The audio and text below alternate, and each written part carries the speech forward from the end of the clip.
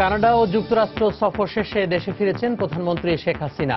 বিমানবন্দর থেকে গণভবন পর্যন্ত আওয়ামী লীগের গণসংবর্ধনায় জনতার ঢল। কন্টেইনার পরিবহনকারীদের ধর্মঘট ৪ অক্টোবর পর্যন্ত স্থগিত। সচল হতে শুরু করেছে চট্টগ্রাম বন্দর। ধর্মঘটে অর্থনীতির ব্যাপক ক্ষতি। খুব শীঘ্রই দেশের কওমি মাদ্রাসাগুলোকে স্বীকৃতি দেবে সরকার, জানালেন স্বরাষ্ট্রমন্ত্রী।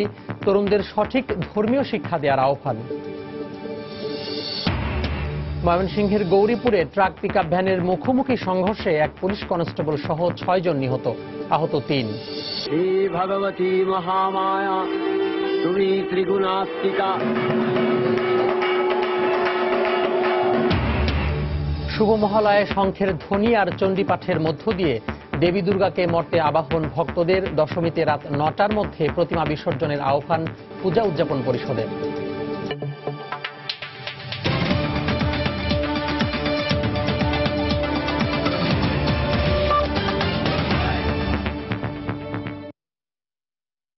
প্রবাসের সময় সঙ্গে আছি আমি তোহা খান তামিম। কানাডা ও যুক্তরাষ্ট্র ১৭ দিনের সফর শেষে দেশে ফিরেছেন প্রধানমন্ত্রী শেখ হাসিনা। শুক্রবার সন্ধ্যা ৫:৩০টায় প্রধানমন্ত্রীকে বহন করা বিমান শাহজালাল আন্তর্জাতিক বিমানবন্দরে অবতরণ করে। প্রধানমন্ত্রীকে সংবর্ধনা জানাতে জনতার ঢল নামে বিমানবন্দর এলাকা থেকে গণভবন পর্যন্ত। এ সময় জাতিসংঘ থেকে দেয়া প্রধানমন্ত্রীর পদকপ্রাপ্তি শুধু দলের জন্য নয়, দেশের জন্য অনন্য সম্মান ও গৌরব বয়ে এনেছে বলে মন্তব্য করেন দলের নেতাকর্মীরা। বিদেশে ১৭ দিনের সফর শেষে শুক্রবার সন্ধ্যা ৬:৫০ বঙ্গবন্ধু কন্যা প্রধানমন্ত্রী শেখ হাসিনা পা রাখেন ঢাকার মাটিতে। এ সময় প্রধানমন্ত্রীকে স্বাগত জানিয়ে ফুল দিয়ে উষ্ণ শুভেচ্ছা জানান সংসদ উপনেতা সৈয়দা সাজেদা চৌধুরী। উপস্থিত ছিলেন দলের সিনিয়র নেতা ও মন্ত্রী পরিষদের বেশ কজন সদস্য। এরপর বিমানবন্দর থেকে প্রধানমন্ত্রীর গাড়িবহর রওনা হয় তার বাসভবন গণভবনের পথে। পুরো পথে সমবেত হাজারো নেতাকর্মী ও সাধারণ মানুষ হাত নেড়ে আর স্লোগানে অভ্যর্থনা জানায় শেখ হাসিনাকে। বঙ্গবন্ধু যে কাজগুলি সমাপ্ত করতে না পারছে সেই কাজগুলি জাতির জন্য কন্যার জন্য শেখ হাসিনার নেতৃত্বে এই দেশ সর্বমূল্য হবে। বিশ্বের দরবারে একটি বাংলাদেশ সারা বিশ্বের দরবারে একটি প্রতিষ্ঠা হবে। শেখ হাসিনার আনন্দের জন্য আমরা এখানে আসছি, বিদেশ থেকে আসছে তার জন্য আমরা আসছি। জননেত্রী শেখ হাসিনার নেতৃত্বে আজকের বাংলাদেশ আগাই যাচ্ছে, বাংলাদেশের উন্নয়ন হচ্ছে। পরিবর্তনের মানুষ কন্যায় ভূষিত করেছে, এটা সমস্ত বাঙালি জাতির অর্জন। রাষ্ট্র পরিচালনায় বহুমাত্রিক অবদানের স্বীকৃতি স্বরূপ এবারের সফরে প্ল্যানেট 50-50 চ্যাম্পিয়ন এবং নারীর ক্ষমতায়নে শেখ হাসিনা ভূষিত হন এজেন্ট অব চেঞ্জ অ্যাওয়ার্ডে। এই প্রাপ্তিকে পুরো জাতির জন্য সম্মান ও গৌরবের বলে মনে করেন দলের নেতাকর্মীরা। আজকে যে সম্মান দুইটি সম্মান তিনি পেয়েছেন আন্তর্জাতিকভাবে, সেই সম্মান ওরা একার নয়, সমগ্র জাতির বঙ্গবন্ধুর সৃষ্ট এই বাংলাদেশের সম্মান তিনি বয়ে এনেছেন। যে লক্ষ্য নিয়ে বাংলাদেশ স্বাধীন হয়েছিল, স্বাধীন সার্বভৌম বাংলাদেশ হবে, আইনের শাসনের গণতান্ত্রিক বাংলাদেশ, সেটা তিনি সুপ্রতিষ্ঠিত করছেন। তাই তাকে স্বাগত জানাতে, অভিনন্দন জানাতে আজ আমরা আইনজীবীরা উপস্থিত হয়েছি। বর্ণাঢ্য সড়ক সংবর্ধনায় সিক্ত প্রধানমন্ত্রী গণভবনে পৌঁছালে সেখানে তাকে গানের মূর্ছনায় শুভেচ্ছা জানান সংস্কৃতি অঙ্গনের দেশবরেণ্য কৃতিজনরা। উপস্থিত ছিলেন দলের নেতা, বিশিষ্টজন ও প্রধানমন্ত্রীর কার্যালয়ের ঊর্ধ্বতন কর্মকর্তারা।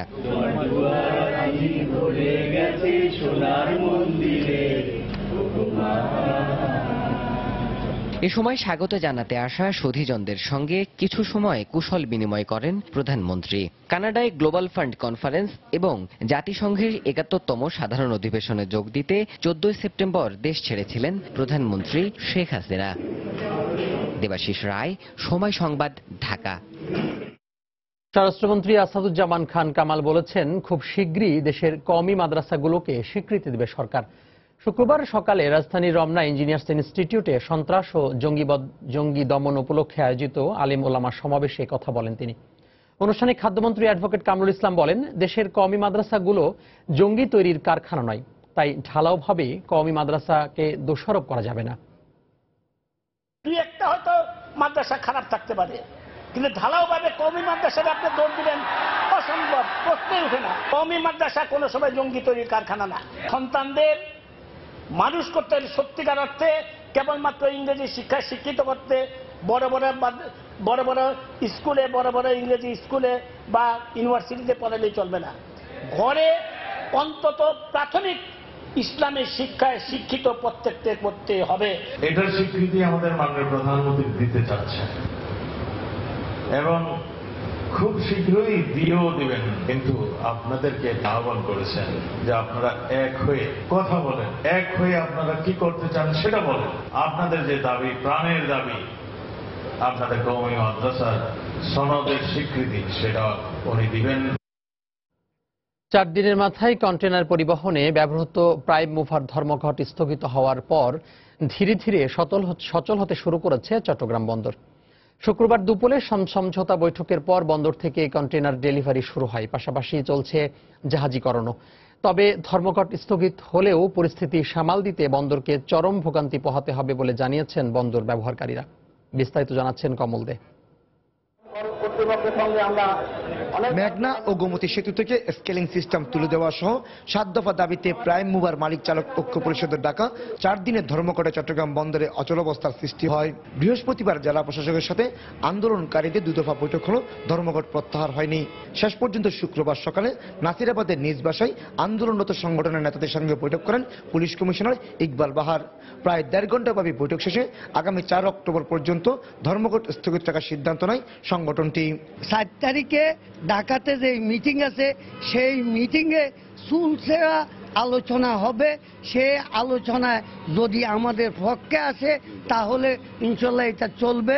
তাদের যে সমস্যার বিষয়গুলো উত্থাপন করেছে, সমস্যাগুলো আমরা অনুধাবন করতে পেরেছি এবং সরকারের কাছে এটি যথাযথভাবে উপস্থাপন করা হবে সেই আশ্বাস তাদেরকে দিয়েছি। এদিকে গত 4 দিনের ধর্মঘটে চট্টগ্রাম বন্দরে ভয়াবহ কন্টেনার জট দেখা দিয়েছে। এতে ধারণ ক্ষমতার অন্তত 4000 বেশি কন্টেনার ইয়ার্ডে রাখতে বাধ্য হয় বন্দর কর্তৃপক্ষ।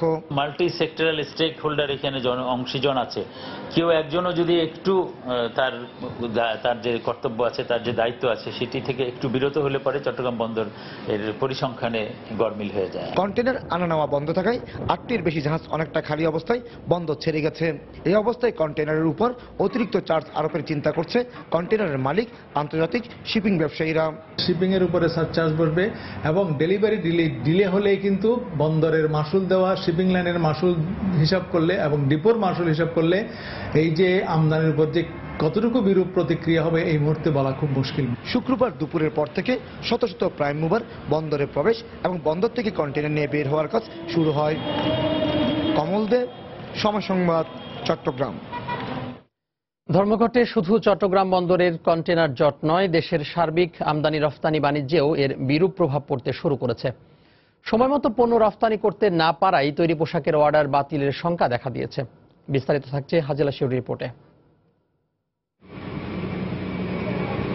দেশের সিংহভাগ পণ্য আমদানি রপ্তানি হয় চট্টগ্রাম বন্দর দিয়ে, আর প্রধান রপ্তানি পণ্য তৈরি পোশাক বেসরকারি আইসিডিগুলো থেকে কন্টেনারে ভরে প্রাইম মুভারে করে নেওয়া হয় চট্টগ্রাম বন্দরে। গার্মেন্টস পণ্য রপ্তানিতে প্রতিটি দিন যেখানে গুরুত্বপূর্ণ সেখানে প্রাইম মুভার ধর্মঘটে গত 4 দিন কোনো পণ্য শিপমেন্ট না হওয়ায় ব্যাপক ক্ষতির মুখে পড়েছে পোশাক শিল্প মালিকরা। আমার জন্য তো একটা মিনিট অনেক ইম্পর্টেন্ট মিনিট, সো এখানে তো হাজার হাজার কোটি টাকা লস হবে। এই কস্ট সরকারের বিয়ার করতে হবে, অথবা যারা এর পিছনে দায়ী তাদের কাছ থেকে আমাদেরকে আদায় করে দিতে হবে। এদিকে আইসিডিতে বিপুল পরিমাণ রপ্তানি পণ্য আটকা পড়ায় এসব পণ্যের শিপমেন্টে ব্যাপক চাপে পড়েছে পণ্য পরিবহনের সাথে যুক্ত ফ্রেট ফরওয়ার্ডাররা। এখনকার যে শিপমেন্টের যে চাপটা, এটা কাটায় উঠতে একটা দীর্ঘদিন সময় লেগে যাবে। বন্দরের যে ক্যাপাসিটি অলরেডি তার উপরে অতিরিক্ত প্রেসার আমরা দেখতে পাচ্ছি। নতুন করে যে জাহাজগুলো আসতেছে সেই কন্টেনারগুলো যখন বন্দরে আপনার ডিসচার্জিং হবে সেগুলোর আবার নতুন করে আরেকটা প্রেসার। বৃহস্পতিবার এক প্রেস বিজ্ঞপ্তিতে এফবিসিসিআই জানায় 4 দিনের ধর্মঘটে কমপক্ষে 200 কোটি টাকার ক্ষতি হয়েছে। হাজারি শিউলি, সময় সংবাদ, ঢাকা। প্রবাসের সময় আরো থাকছে। রাজধানীতে সিটি কর্পোরেশনের গাড়ি চাপায় মারা গেলেন বিজিবি সদস্য। পূর্ব গোড়ান এলাকা থেকে এক হোটেল ব্যবসায়ী লাশ উদ্ধার। অসম্পূর্ণ প্রশ্নপত্রে শুক্রবার ভর্তি পরীক্ষা দিলেন ঢাকা বিশ্ববিদ্যালয়ের গ ইউনিটের পরীক্ষার্থীরা। দেশের এই বিদ্যাপীঠের প্রশ্নপত্রে এমন ভুলে উদ্বিগ্ন শিক্ষার্থী ও অভিভাবকরাও। যদিও বিষয়টি কেবল ছাপার ভুল হিসাবে উড়িয়ে দিলেন অনুষদের ডিন। এ ধরনের ভুল বিশ্ববিদ্যালয়ের ভাবমূর্তি প্রশ্নবিদ্ধ করবে বলে মনে করেন শিক্ষাবিদরা।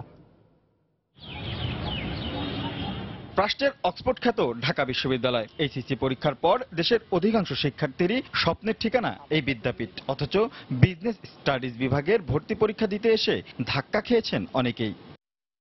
ফিন্যান্সের প্রশ্নে 6-এর পরে হঠাৎ করে 8 নম্বর প্রশ্ন, মাঝখানে একটি প্রশ্ন উধাও। এছাড়াও আরো একাধিক নির্দেশনায় ও প্রশ্নের নম্বরে ছিল ভুল, যা বিভ্রান্ত করেছে শিক্ষার্থীদের। এই ধরনের ত্রুটি থাকা কোনো ক্রমে উচিত ছিল না, কারণ এই ভুলটা ক্যান্ডিডেট যখন নাকি প্রশ্ন পাইয়েই দেখে তখন সে কিন্তু নার্ভাস হয়ে যাবে। 8টাকে কি 7 ধরে অ্যান্সার করব নাকি 8 থেকে অ্যান্সার করব, এটা তো একটা কনফিউশন না? অনাকাঙ্ক্ষিত, এটা উচিত না। এটা যদি না ধরে, ভুলটা না ধরে, আমাদের যদি ভুল অ্যান্সারও হয়। একটা ইংলিশ কোশ্চেনে লেখা ছিল যে 21 থেকে 22 ব্র্যাকেটে, বাট এটা 19 থেকে 20 হবে। যদিও কর্তৃপক্ষ বলছেন বিষয়টি ছাপার ভুল, আর ক্ষতিগ্রস্ত শিক্ষার্থীদের জন্য ব্যবস্থা করা হবে বলেও জানান ডিন। অনেক সময় হতেই পারে, আমাদের যেহেতু হাজার হাজার প্রিন্টিং হয়, তখন একটা দুইটাতে এরকম ছোটখাটো মাইনর মিস্টেক হওয়া স্বাভাবিক। হয়তো একটা প্রশ্ন প্রিন্টিং এ আসে নাই, তো আমরা সেটা সবাইকে benefit of doubts A mark দিয়ে দিচ্ছি। এদিকে ঢাকা বিশ্ববিদ্যালয়ের যে বিভাগটি দেশের গুরুত্বপূর্ণ পরীক্ষার প্রশ্নপত্র তৈরি করে, তাদের কাছ থেকে এমন ভুল কাম্য নয় বলে জানান শিক্ষাবিদরা। এর দায় শিক্ষকদেরই নিতে হবে বলে মনে করেন তারা। আমাদের ছেলেমেয়েরা জানবে যে আমরা তাদের প্রতি আন্তরিক নই, আমরা একটা ভর্তি পরীক্ষা যথাযথভাবে গ্রহণ করতে পারি না। সুতরাং তাদের মধ্যে অবিশ্বাস জন্মাবে, আস্থাহীনতা জন্মাবে, এবং ছেলেমেয়েরা যদি এরকম আস্থাহীনতার মধ্যে বড় হয় তাহলে তারা কখনো সুনাগরিক হতে পারে না। এবারে গ ইউনিটে 1250টি আসনের জন্য ভর্তি ইচ্ছুক আবেদনকারীর সংখ্যা 42,147 জন। প্রতি আসনের জন্য লড়ছে 33 জন শিক্ষার্থী। রাশেদ লিমন, সময় সংবাদ, ঢাকা। রাজধানী সহ দেশের 8টি বিভাগে একযোগে অনুষ্ঠিত হয়েছে 37তম বিসিএস প্রিলিমিনারি পরীক্ষা। রাজধানীর 123টি সহ 8টি বিভাগের 190টি কেন্দ্রে শুক্রবার সকাল 9:30টায় শুরু হয়ে পরীক্ষা 11:30টায় শেষ হয়। পাবলিক সার্ভিস কমিশনের বিজ্ঞপ্তি অনুযায়ী পরীক্ষার হলে সব ধরনের ইলেকট্রনিক্স ডিভাইস, বই পুস্তক, ক্যালকুলেটর ছাড়াই পরীক্ষার হলে প্রবেশ করেন পরীক্ষার্থীরা। পরীক্ষা শেষে কোনো অভিযোগের কথা শোনা যায়নি। পরীক্ষার প্রশ্নপত্র মানসম্পন্ন হলেও বাংলা সাহিত্যের অংশ বেশ কঠিন হয়েছে বলে জানিয়েছেন বেশিরভাগ পরীক্ষার্থী। এবছর পিএসসির অধীনে সাধারণ ক্যাডারে 465টি পদ সহ 1226টি শূন্য আসনের বিপরীতে 2,43,476 জন পরীক্ষার্থী আবেদন করেন।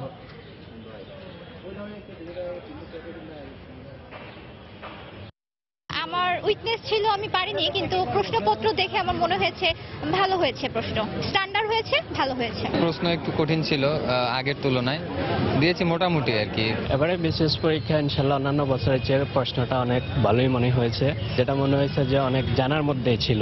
মানসম্মত প্রশ্ন এবং পাশাপাশি এটা আমার কঠিনই মনে হয়েছে আর কি। ময়মনসিংহে যাত্রীবাহী পিকআপ ভ্যান ও ট্রাকের সংঘর্ষে 6 জন নিহত হয়েছেন। আহত 3 জনকে ময়মনসিংহ মেডিকেল কলেজ হাসপাতালে ভর্তি করা হয়েছে। শুক্রবার সন্ধ্যায় গৌরীপুর উপজেলার শিবপুর এলাকায় এই দুর্ঘটনা ঘটে। পুলিশ ও ফায়ার সার্ভিস জানায়, ময়মনসিংহ থেকে ঈশ্বরগঞ্জগামী যাত্রীবাহী একটি পিকআপের সঙ্গে বিপরীত দিক থেকে আসা একটি ট্রাকের সংঘর্ষ হয়। এতে ঘটনাস্থলে 1 জন মারা যান। গুরুতর অবস্থায় 7 জনকে উদ্ধার করে ঈশ্বরগঞ্জ উপজেলা স্বাস্থ্য কমপ্লেক্সে নেওয়া হলে সেখানে আরও 2 জনের মৃত্যু হয়। উন্নত চিকিৎসার জন্য 5 জনকে ময়মনসিংহ মেডিকেল কলেজে নেয়ার পর আরও 3 জনের মৃত্যু হয়। নিহতরা সবাই পিকআপের যাত্রী। নিহতদের মধ্যে 3 জনের পরিচয় পাওয়া গেছে। এরা হলেন কিশোরগঞ্জ জেলার করিমগঞ্জ থানায় পুলিশ কনস্টেবল মনিরুজ্জামান, তার বাড়ি ময়মনসিংহের মুক্তাগাছায়। অন্য 2 জন হলেন পিকআপের মালিক শহীদুল ইসলাম ও চালক নুরুল ইসলাম। এদের বাড়ি কিশোরগঞ্জ সদরের গাইটাল এলাকায়।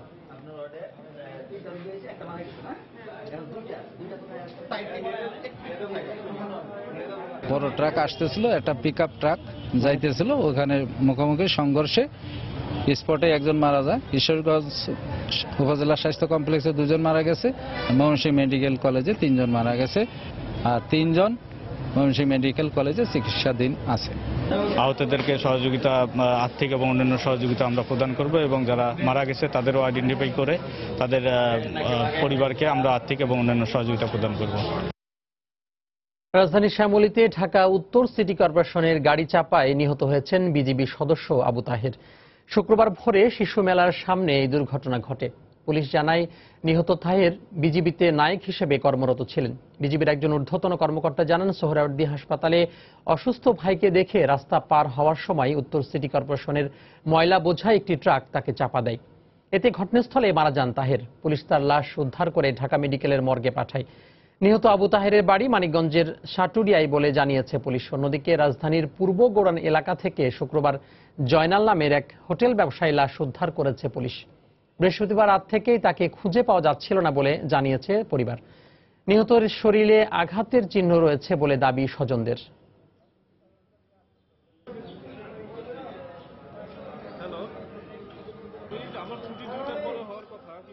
রাত্রে বাসায় যায় না, ওর ফোন দিয়েছে, ওর ফোন বন্ধ। এই যে 9টার দিকে আর কি আমাদেরকে ফোন দিয়েছে পুলিশে যে এরকম ওর কাছে ওই যারা মোবাইল ওরে মারছে, যারা মোবাইল নিয়ে গেছে, সিমটা ফালাই দিয়ে গেছে। ওই সিমটা ওনটা মোবাইলে বইরা আমাদেরকে ফোন দিয়েছে যে আপনাদের ভাইয়ের লাশ পাওয়া গেছে। চট্টগ্রামে গৃহবধূ সেলিনা আক্তারের ওপর অ্যাসিড নিক্ষেপের ঘটনায় অভিযুক্ত স্বামী মাসুদ রানাকে গ্রেফতার করেছে পুলিশ। বৃহস্পতিবার রাতে ঢাকা থেকে আটকের পর তাকে চট্টগ্রামে নেওয়া হয়। পরে শুক্রবার সন্ধ্যায় চট্টগ্রামের পাঁচলাইশে উপ পুলিশ কমিশনারের কার্যালয়ে সংবাদ সম্মেলন করা হয়। পুলিশ জানায় 1 বছর আগে সেলিনা আক্তার তার স্বামীকে তালাক দেন। এরই জেরে গত সোমবার ভোরে সেলিনা ও তার মায়ের ওপর অ্যাসিড ছোড়ে মাসুদ রানা। এ ঘটনায় সেলিনা বাদী হয়ে কোতোয়ালি থানায় একটি মামলা দায়ের করলে পুলিশ ঢাকা থেকে মাসুদকে গ্রেফতার করে।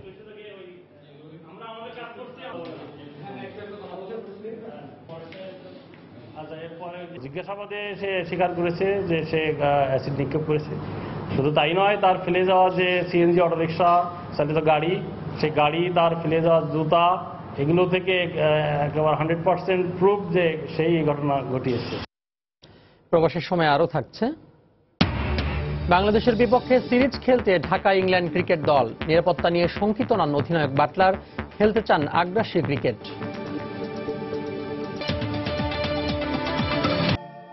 শারদীয় দুর্গাপূজার 11 অক্টোবর সন্ধ্যার মধ্যে শোভাযাত্রা ও রাত 9টার মধ্যে প্রতিমা বিসর্জন শেষ করতে দেশের সব পূজা মণ্ডপের প্রতি আহ্বান জানিয়েছে বাংলাদেশ পূজা উদযাপন পরিষদ। শুক্রবার সকালে রাজধানী ঢাকেশ্বরী মন্দিরে সংবাদ সম্মেলনে এই আহ্বান জানান পূজা উদযাপন পরিষদের সাধারণ সম্পাদক অ্যাডভোকেট তাপস কুমার পাল। এ সময় দুর্গোৎসব উপলক্ষে 3 দিনের ছুটি ঘোষণার দাবি জানিয়ে সবাইকে দেশের সার্বিক পরিস্থিতিতে পূজা মণ্ডপে অতিরিক্ত সতর্ক থাকারও পরামর্শ দেন তিনি। আমরা যথানিয়মে 11 অক্টোবর বিজয়া শোভাযাত্রা সহকারে প্রতিমা বিসর্জনের সিদ্ধান্ত নিয়েছি। সন্ধ্যার আগে বিজয়া শোভাযাত্রা শেষ করার জন্য বলা হয়েছে এবং রাত 9টার মধ্যে বিসর্জন সম্পূর্ণ করতে হবে। শারদীয় দুর্গোৎসবের উপলক্ষে 3 দিনের ছুটি ঘোষণা করতে হবে। শরতের বাতাসে উলুধ্বনি, শঙ্খ আর ঢাকের বাজনা, পরিচিত শব্দগুলো জানান দিচ্ছে বাঙালি জনপদে চলে এসেছেন দেবী দুর্গা। শুক্রবার ছিল শুভ মহালয়া। পুরাণ মতে এদিন মর্তলোকে দেবী দুর্গার আবির্ভাব ঘটে। নানা আচারের মধ্য দিয়ে মহালয়ার এই দিনে দেশের সনাতন ধর্মাবলম্বীরা আমন্ত্রণ জানিয়েছেন দুর্গতি নাশিনীকে।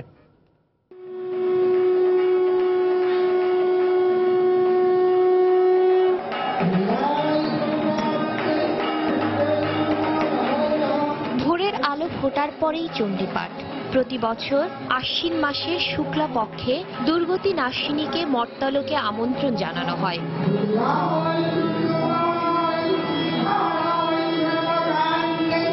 হিমালয় কৈলাসের শিবালয় থেকে পিতৃভূমে 4 সন্তানকে নিয়ে আসেন মহামায়া। এবার তিনি আসছেন ঘোড়ায় চড়ে। পুরাণ মতে যখন আর কোনো আশ্রয় থাকে না, অন্যায় আর অকল্যাণ ঘিরে ধরে চারপাশ, মহিষাসুরের মতো অশুভ শক্তির কাছে পরাজিত হন দেবতারাও, তখন অন্যায়ের বিরুদ্ধে দেবতাদের ক্রোধ আর তেজের সমন্বয়ে আবির্ভাব হয় এক মহাশক্তির, যিনি বধ করেন মহিষাসুরকে, দেবতাদের ফিরিয়ে দেন দেবতালয়। মহালয়া দেখেছি, তারপর আসছি, অনেক মজা হয়েছে। তার কাছে প্রার্থনা করি যেন সবাই ভালো থাকে, সুস্থ থাকে। মঙ্গল কামনার জন্যই তো দুর্গাপূজাটা আসে। হিন্দু শাস্ত্র মতে নানা ঋষি মুনি নানা সময়ে দেবী দুর্গার পূজা করেছেন। তবে রামচন্দ্র রাবণের হাত থেকে সীতাকে উদ্ধারে শরৎকালে পূজা করেন এই মহাশক্তির। ভক্তিতে তুষ্ট হয়ে রামকে বর দেন দেবী। অসময় দেবীর এ আগমনকে অকাল বোধন বলা হয়। অসাম্প্রদায়িক একটি দেশ হোক এবং হিন্দু, মুসলমান, বৌদ্ধ, খ্রিস্টান আমরা সমভাবে কাঁধে কাঁধ মিলিয়ে শান্তিময় একটি দেশ গড়ি। পুজো হচ্ছে 29,395টি, অর্থাৎ পুজোর সংখ্যা আমাদের প্রায় 350টি পুজো বেড়েছে। প্রত্যেকেই এই পুজোর নিরাপত্তা বিধানে তারা অতিমাত্রায় তৎপর। যত্ন আর ভক্তি নিয়ে বাংলাদেশের প্রায় প্রতিটি এলাকায় প্রণতি জানানো হয় দেবী দুর্গাকে। বিজয়া দশমীর পরে আবার ঘোড়ায় চড়ে ফিরবেন মহাশক্তির এ দেবী। শাতিলা শারমিন, সময় সংবাদ, ঢাকা। গ্যাসের ব্যবহার কমিয়ে ডিজেল ও অকটেনের ওপর নির্ভরতা বাড়ানোর আহ্বান জানিয়েছেন বিদ্যুৎ, জ্বালানি ও খনিজ সম্পদ প্রতিমন্ত্রী নসরুল হামিদ বিপু। শুক্রবার সকালে নটরডেম কলেজে এক অনুষ্ঠানে তিনি কথা বলেন। এছাড়া শিগগিরই ডিজেলের দাম কমানো ও এলপিজি গ্যাস ব্যবহারের সিদ্ধান্তের কথা জানান তিনি। আমরা গ্যাসের ব্যবহারটা কমিয়ে আনতে চাই, এক। আর দ্বিতীয় কথা হলো তেল এবং অকটেন যেটা আমাদের বাংলাদেশে তৈরি হচ্ছে, অতিরিক্ত মজুদ হয়ে যাচ্ছে, সেটার ব্যবহারটা আমরা বাড়াতে চাই। অকটেন কেন বাড়াতে চাই? অকটেন যেটা আমরা লেড ফ্রি আর কি, আনলিডেড অকটেন, এটার ব্যবহারটা আমরা বাড়াতে চাই। এটা পরিবেশের জন্য ভালো। এখানে কিন্তু আমরা আরেকটা মাধ্যম নিয়ে আসছি, এলপিজি নিয়ে আসতেছি ভবিষ্যতে। রামপালে বিদ্যুৎ কেন্দ্র বাতিলের দাবিতে ফেসবুকের ইভেন্ট ভিত্তিক একটি গ্রুপের সাইকেল র্যালিতে বাধা দিয়েছে তরুণ সংঘ নামের অপর একটি সংগঠন। শুক্রবার সকালে রামপাল বিদ্যুৎ কেন্দ্রের বিরোধিতা করে শহীদ মিনার থেকে সাইকেল র্যালি বের করতে চাইলে তরুণ সংঘের কর্মীদের সঙ্গে বাকবিতণ্ডা ও ধাক্কাধাক্কি হয় র্যালির আয়োজকদের। এক পর্যায়ে তারা পিছু হটে কর্মসূচি স্থগিত করে। এদিকে র্যালিতে সমর্থন জানাতে আসা তেল, গ্যাস, খনিজ সম্পদ ও বিদ্যুৎ বন্দর রক্ষা জাতীয় কমিটির সদস্য সচিব অধ্যাপক আনু মোহাম্মদ বলেন, শুধু বাংলাদেশ নয়, পুরো বিশ্ব সুন্দরবন ধ্বংস করে বিদ্যুৎ কেন্দ্র নির্মাণ নিয়ে উদ্বিগ্ন।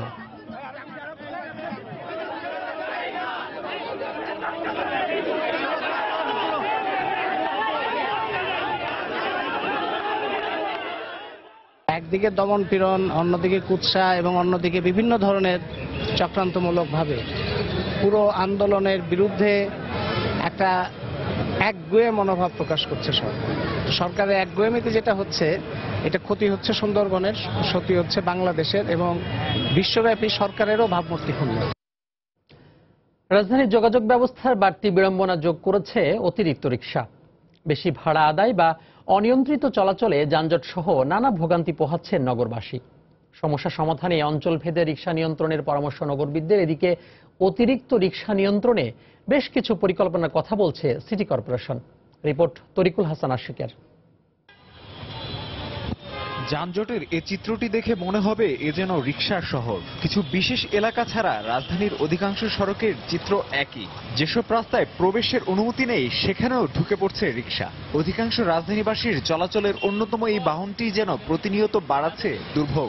তাদের ইচ্ছা মতোই তারা যেভাবে চায় সেইভাবে আমাদের দিয়েই চলতে হয়। টাইম থাকে যে টাইমে যেতে হবে, কিন্তু ওই সময় রিকশাগুলো যেতে চায় না, মানে আমাদের বাধ্য হয়ে অতিরিক্ত ভাড়া দিয়ে যেতে হয়। যাত্রী ছাড়াও অন্যান্য যানবাহন চালকদেরও গলার কাটা যেন অতিরিক্ত রিকশা। একটা লেন আমাকে ছেড়ে দিলে কিন্তু আমরা লেন অনুযায়ী যেতে পারি, কিন্তু তারা সেটা করে না। অনেক সময় অনেক ফরেন দেওয়ার পরে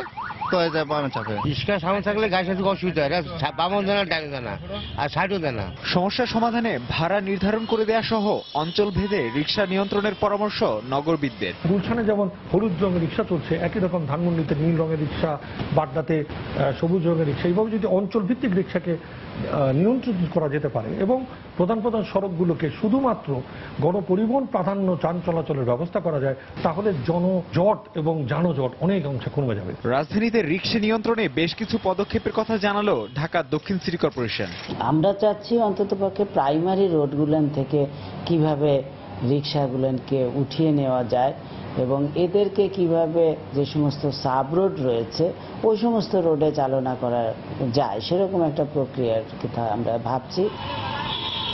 বেসরকারি একটি সংস্থার গবেষণায় দেখা গেছে রাজধানীতে বসবাসকারী শতকরা 40 থেকে 60% মানুষের প্রধান বাহন রিকশা।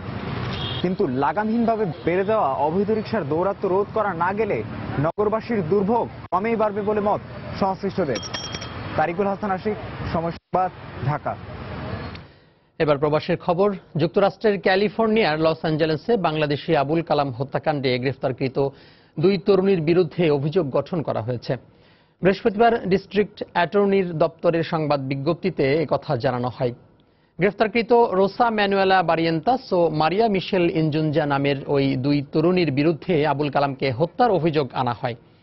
দোষী সাব্যস্ত হলে তাদের মৃত্যুদণ্ড অথবা আজীবন কারাদণ্ড হতে পারে। রোসা বারিয়েন্তাসের গুলিতেই আবুল কালামের মৃত্যু হয় বলে বিজ্ঞপ্তিতে জানানো হয়। তার বিরুদ্ধে গত বছর একটি সেকেন্ড ডিগ্রি ডাকাতির মামলা রয়েছে। বৃহস্পতিবার দুজনেরই জামিন বাতিল করে হাজতে পাঠান আদালত। ঢাকার খিলগাঁওয়ের বাসিন্দা আবুল কালাম লস অ্যাঞ্জেলেসে শারমেন ওয়েব বেলেওয়ার এভিনিউর একটি লিকারের দোকানে কাজ করতেন। গত 24 সেপ্টেম্বর রাতে 61 বছর বয়সী আবুল কালামকে গুলি করে হত্যা করা হয়। তার গ্রামের বাড়ি কুমিল্লার দাউদকান্দিতে।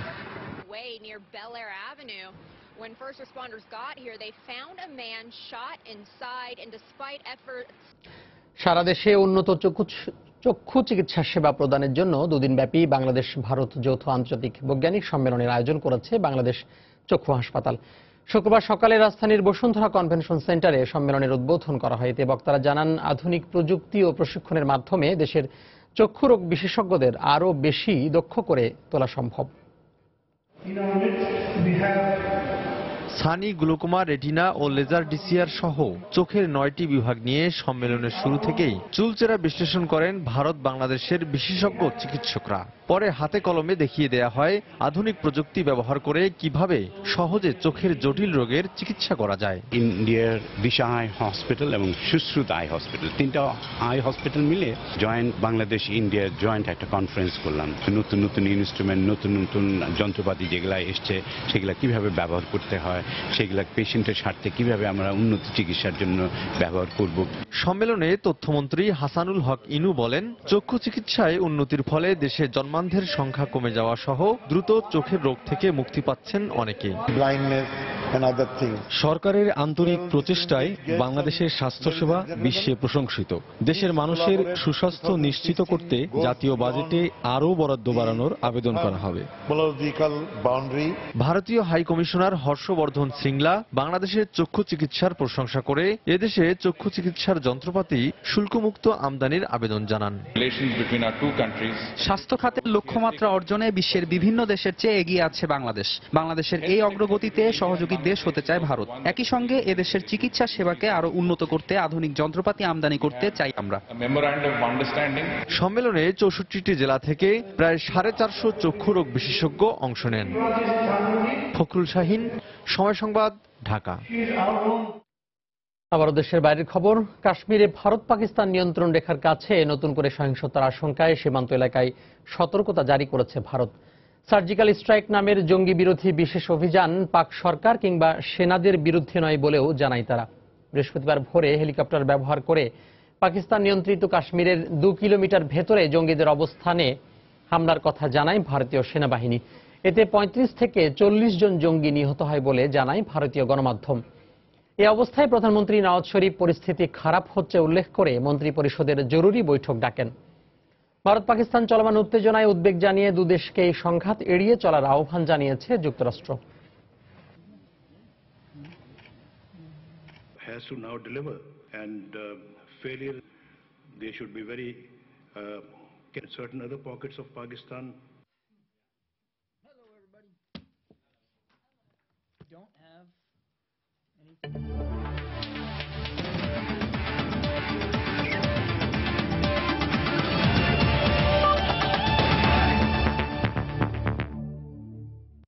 এবার খেলার খবর। পূর্ব নির্ধারিত সময় অনুযায়ী বাংলাদেশ এসেছে ইংল্যান্ড জাতীয় ক্রিকেট দল। শুক্রবার রাত 8:50 হযরত শাহজালাল আন্তর্জাতিক বিমানবন্দরে পা রাখেন খেলোয়াড় ও ইসিবি সদস্যরা।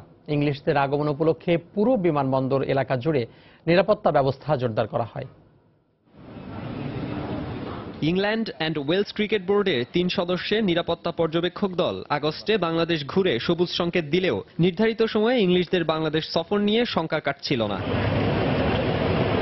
তবে সেসব ভাবনা এখন তুলে রাখা যায়। নানা জল্পনা কল্পনার অবসান ঘটিয়ে যে শেষ পর্যন্ত ঘড়ি ধরেই ঢাকায় পা রেখেছে থ্রি লায়নরা। বাটলারদের আগমন উপলক্ষে জোরদার নিরাপত্তা ছিল বিমানবন্দর ও হোটেল এলাকায়। পুলিশ ও র্যাবের পাশাপাশি পুলিশের বিশেষ বাহিনী ও ফায়ার সার্ভিসের সদস্যদের সতর্ক উপস্থিতি ছিল।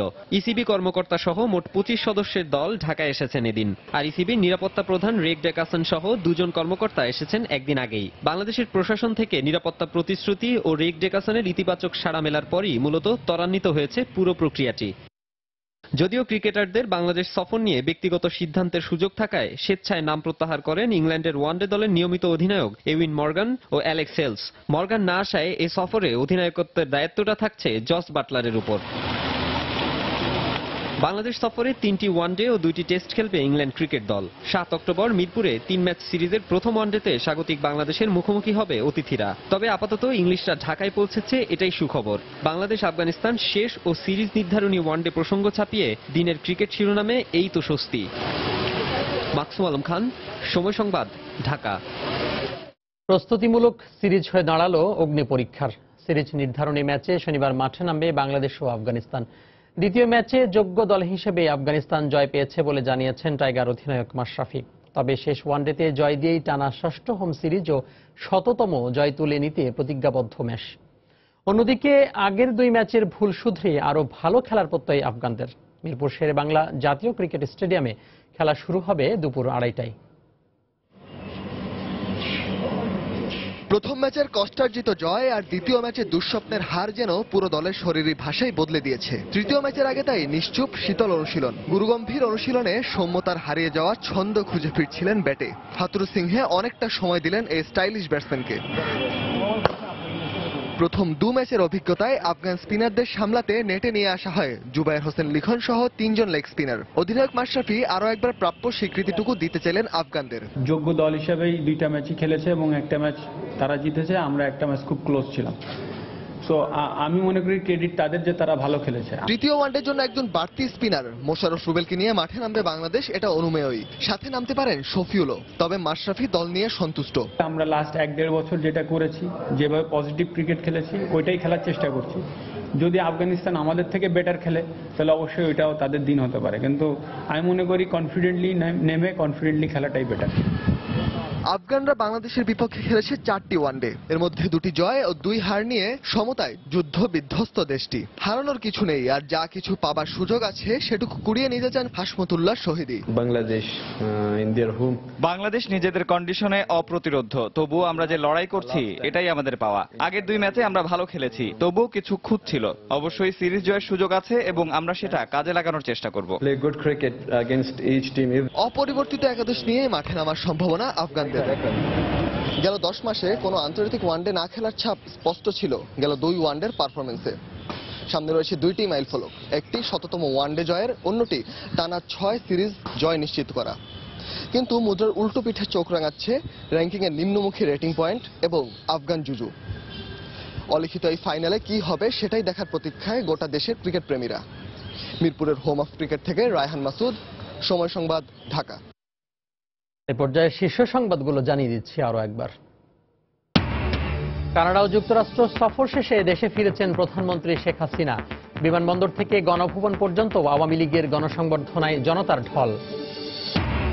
কন্টেইনার পরিবহনকারীদের ধর্মঘট 4 অক্টোবর পর্যন্ত স্থগিত।